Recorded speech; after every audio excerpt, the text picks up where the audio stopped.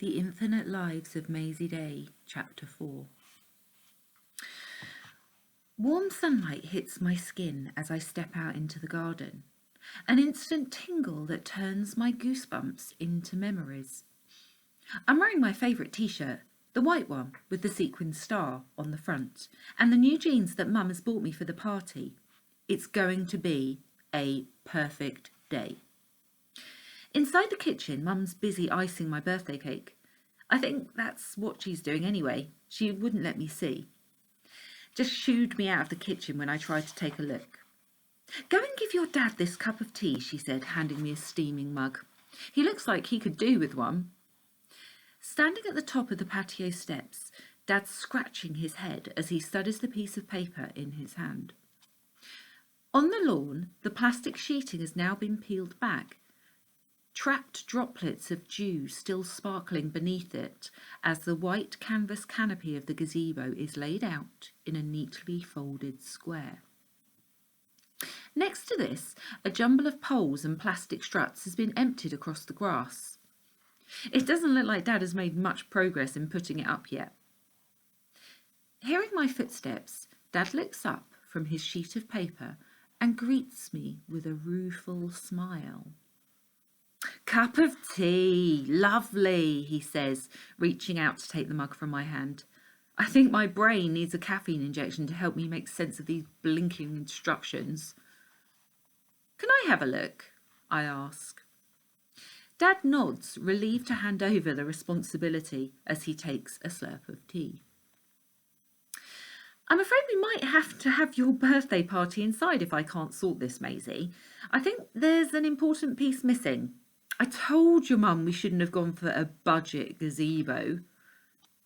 Shading my eyes from the sun, I take a closer look at the instructions.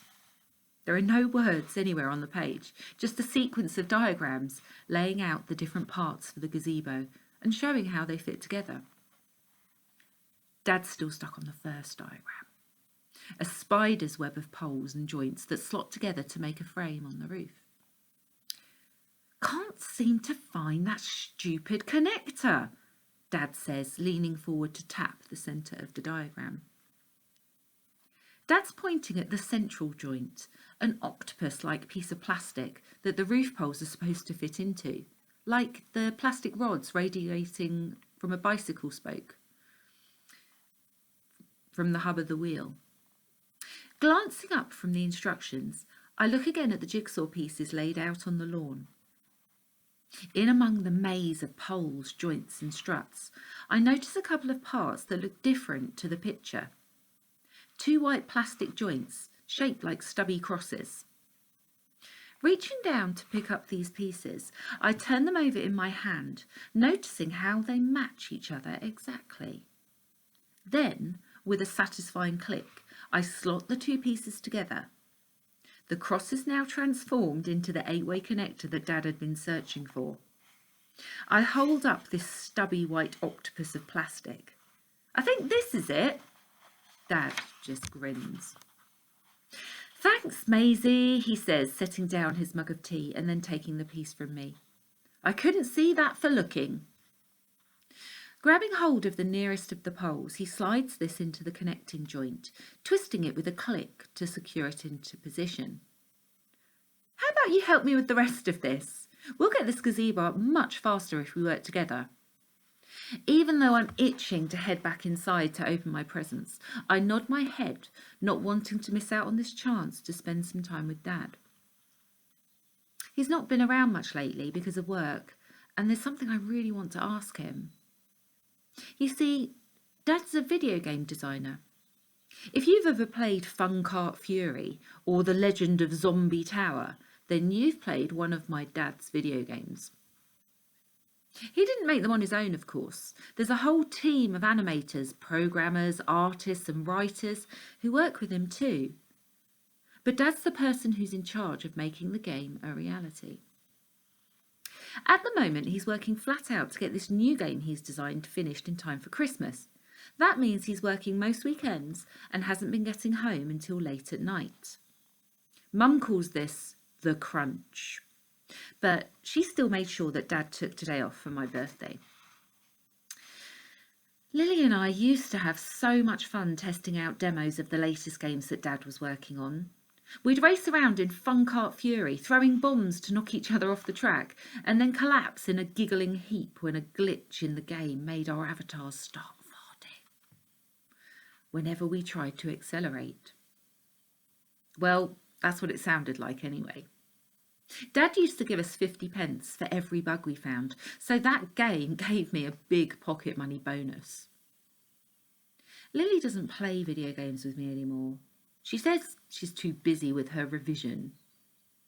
I miss the old Lily. Dad, I say, holding the next pole steady as he slides it into the central joint of the roof frame.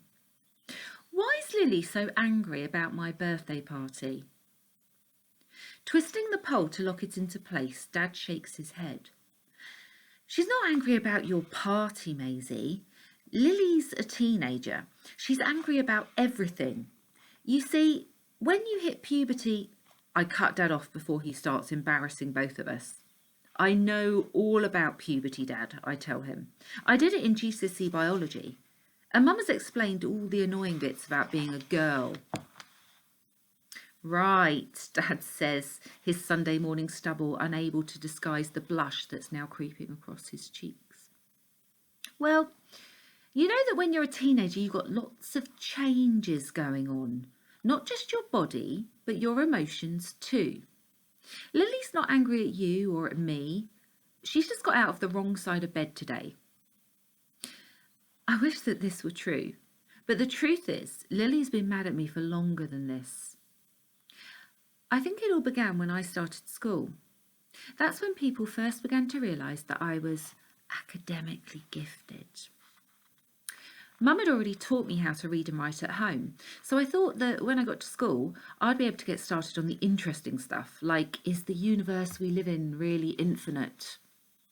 But my early years teacher, Mrs. Smith, didn't know the answer to this. She just wanted me to do phonics all the time, even though I already knew how to read. And when I corrected the answers to the sums she'd left on the board at lunchtime for the Year 6 maths club, the head teacher told Mum and Dad that I needed to move to another class. That's how I ended up in Lily's Year 6 class, when I was only 6 years old. Everyone else in the class was like 10 or 11, and they all looked so big to me. The class teacher, Mrs. James, sat me next to Lily so I wouldn't be scared, but I had to take my own cushion to sit on to help me reach the desk. At first, the other kids thought it was funny to have Lily's little sister show up in their class to do science and maths. Some of them even called me baby brains. I learnt about algebra and geometry, evolution, and the theory of gravity. At first, it was really fun getting to do all these experiments, like making rainbows and building shadow clocks. But then, I kept coming top in the class tests, and the names they called me started to change. Geek, robot, freak. And they're just the ones I can tell you about. Never in front of the teacher did they say these things, but it was always loud enough for me to hear.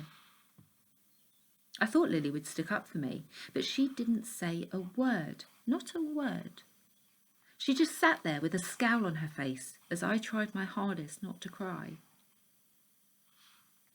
In the end, I couldn't keep it a secret. I told Mum and Dad all about what was happening and said I didn't want to go to school anymore. At first, Dad shouted at Lily for not looking after me, but then Lily burst into tears too and said I was ruining her life. So that's why Mum and Dad decided to teach me at home. With help from this charity for academically gifted children, they got me this amazing tutor called Mrs. Bradbury. Mrs. Bradbury's really ancient. I think she's over 60 now. But she knows so much about maths and science.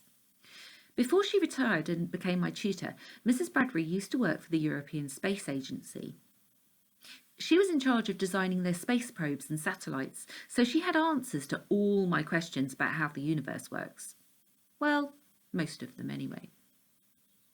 When I asked Mrs. Bradbury if the universe was infinite, she told me that scientists just don't know.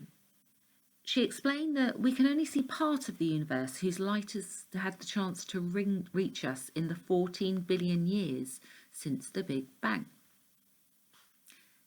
This bit of the universe measures 93 billion light years across and contains trillions of galaxies. But the whole universe is much, much bigger than this. Mrs. Bradbury says that sometimes scientists think we live in an infinite universe that stretches on forever in every direction. But other scientists believe that the universe might be shaped like a weird 4-dimensional donut, and this just makes it look like it's infinite. With the final pole slotted into place, Dad now starts to drag the white canvas material across the roof of the gazebo. As I help him, I catch sight of a tiny ant crawling across the canvas. This ant is scurrying in a straight line, desperately trying to find the edge of the material so it can escape safely onto the grass. But as the canvas is stretched tight into position around the raised centre pole, the ant's path starts to circle back on itself. I watch as the ant crawls blindly on. The roof of the gazebo is curved, so if it carries on scurrying in the same direction, the ant will never reach the edge, just eventually end up back at the same point where it started. For this ant, the gazebo will seem infinitely big, even though it only cost $9.99 from Tesco. "What do you reckon?" Dad asked, stepping back to admire our handiwork. The gazebo roof rests proudly on the lawn. Reaching across the canvas, I let the ant crawl onto my hand before transporting it safely back onto the grass. As it scurries off into the flower bed, I climb back to my feet.